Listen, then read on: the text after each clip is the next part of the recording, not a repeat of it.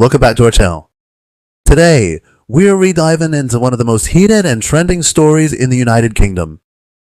A wave of nationwide protests over migrant hotels that has sparked social unrest, political debate, and even clashes with police. Let's get right into it. The controversy centers around the Bell Hotel in Epping, a small town in Essex, England. For months, this hotel has been housing migrants and asylum seekers as part of the government's temporary accommodation program. But the issue took a dramatic turn when the Court of Appeal overturned a high court ruling that had ordered migrants to be removed from the hotel. The appeal decision allowed them to stay, and almost immediately, anger erupted across the country. Now let's talk about what's really happening. In recent months, several local authorities in the UK have sought to accommodate asylum seekers and migrants in hotels, citing a lack of alternative housing options due to the ongoing backlog in the asylum system. However, this move has been met with fierce opposition from residents near these hotels, leading to several protests. These demonstrations have been largely organized through social media,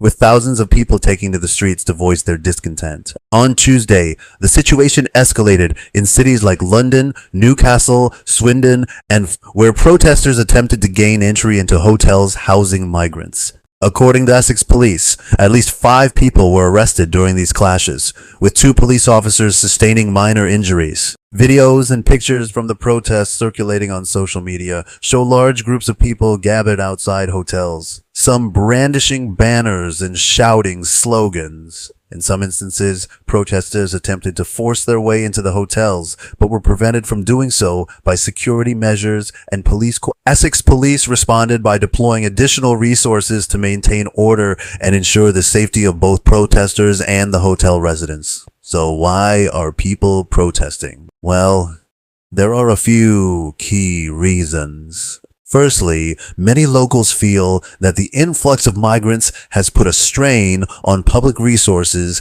including housing, healthcare, and education. Secondly, there are concerns about the impact on local crime rates, with some residents claiming that the presence of migrants has led to an increase in criminal activity. And finally, there is a general sentiment that the government is not doing enough to control immigration and protect the rights of British citizens. However, it is important to note that these protests have also been influenced by misinformation and a lack of understanding about the asylum process. Many protesters do not know that most asylum seekers have fled war-torn countries and are seeking refuge in the UK.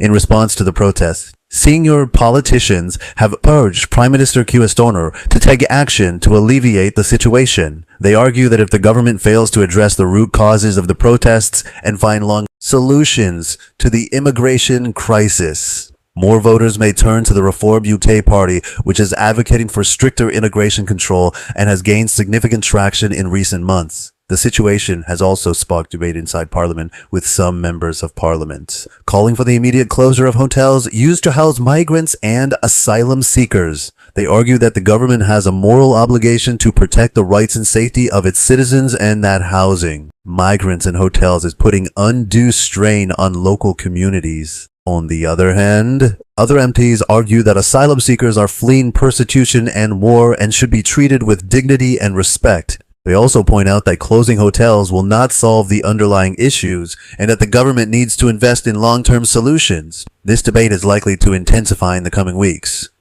as the government faces pressure to respond to the growing anger over immigration and asylum policies. The situation will continue to be monitored closely, as it has the potential to significantly impact the government's agenda and policies. As we wrap up this video, it's clear that the migrant hotel crisis is far from over. The protests show no signs of slowing down, and the government faces a difficult challenge in balancing public opinion with its international obligations and humanitarian responsibilities. If you want to stay up to date on the latest developments, be sure to subscribe to our channel and hit the bell icon to receive notifications. You can also follow us on social media for more updates. Thanks for watching, and we'll see you next time.